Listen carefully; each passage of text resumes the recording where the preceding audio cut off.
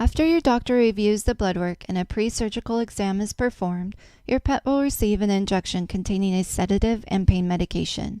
In most cases, the injection is given intramuscularly as shown here. We do this to reduce stress and anxiety, for proper pain control, and reduce the amount of anesthetic needed. Once the sedation has taken effect, we are able to proceed with prepping the patient for their surgery.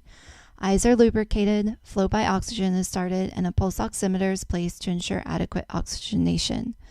In this situation, the foreleg is prepped for the IV catheter placement by shaving the fur completely around the leg to ensure the tape stays put and does not pull the hair when the IV catheter is removed, and ensures we can properly clean the IV site with alcohol and chlorhexidine solution to reduce the risk of infection.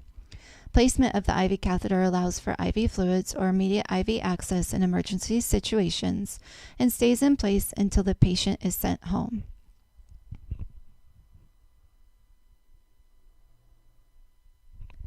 Once the IV catheter is in place, it is secured with several pieces of tape and flushed with saline to make sure it is working properly. The patient is then transferred to the appropriate surgery suite, where they are positioned on the surgery table, ready for anesthesia. This patient is having a dental procedure to extract a broken front tooth. Unfortunately, since the tooth is broken down to the root, the entire tooth must be extracted. You can see the broken tooth in this picture versus the normal tooth, 3 teeth to the left of that.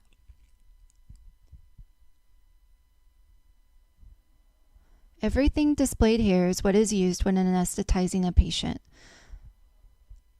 The laryngoscope is used to ensure the endotracheal tube is placed in the trachea, not the esophagus. Lubrication is to place the ET tube and reduce irritation to the trachea, and the ties are to secure the ET tube in place. We then have 2 syringes to inflate the ET tube cuff, which protects the airway. It ensures liquid does not pass into the patient's lungs or that the oxygen isoflurane does not escape to maintain the proper anesthetic depth needed. Next, we have the injection of anesthetic induction agent, which is propofol. The syringe being shown now is saline, which is used to flush the IV catheter once the propofol has been given, to make sure it is all in the patient's system and the IV catheter is kept patent for future use. Here, the technician is administering an injectable anesthetic through the IV catheter. The laryngoscope is used to hold the patient's tongue out of the way and be able to visualize the trachea to properly place the ET tube. Once the ET tube is tied in place, the patient is immediately placed on oxygen and anesthetic gas. Then all monitoring equipment is hooked up. Our monitoring equipment includes blood pressure, EKG, end-tidal CO2, temperature probe, heart rate and respiration rate, and oxygen level. Once your pet is at a proper anesthetic plane, your pet's veterinarian can start the procedure.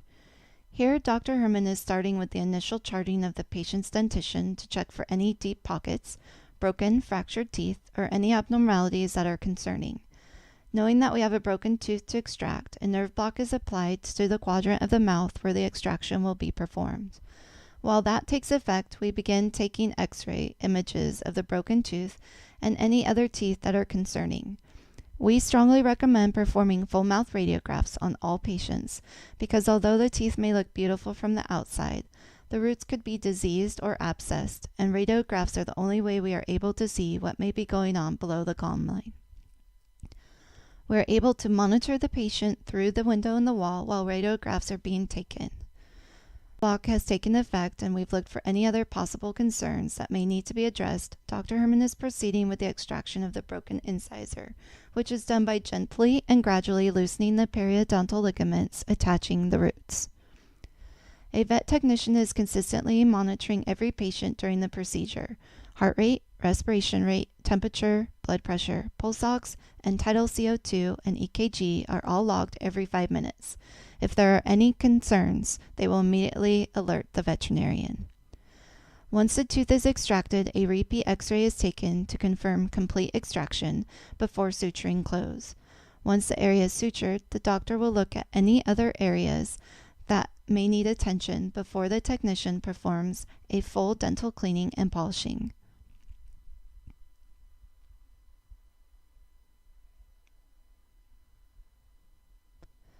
The teeth are then rinsed and the doctor reviews the mouth to make sure everything looks good. Once the procedure is complete, the patient is turned off from anesthesia and kept on oxygen for 10 minutes or until they are alert. For large dogs such as this patient, they are placed on the floor for safety, then transferred to a comfy cage and placed on heat support if needed. A technician will sit with each patient until they are fully recovered from anesthesia. The patients are monitored for at least several hours after recovery and are walked outside to relieve themselves. Discharge instructions regarding medication and home care are provided during the discharge.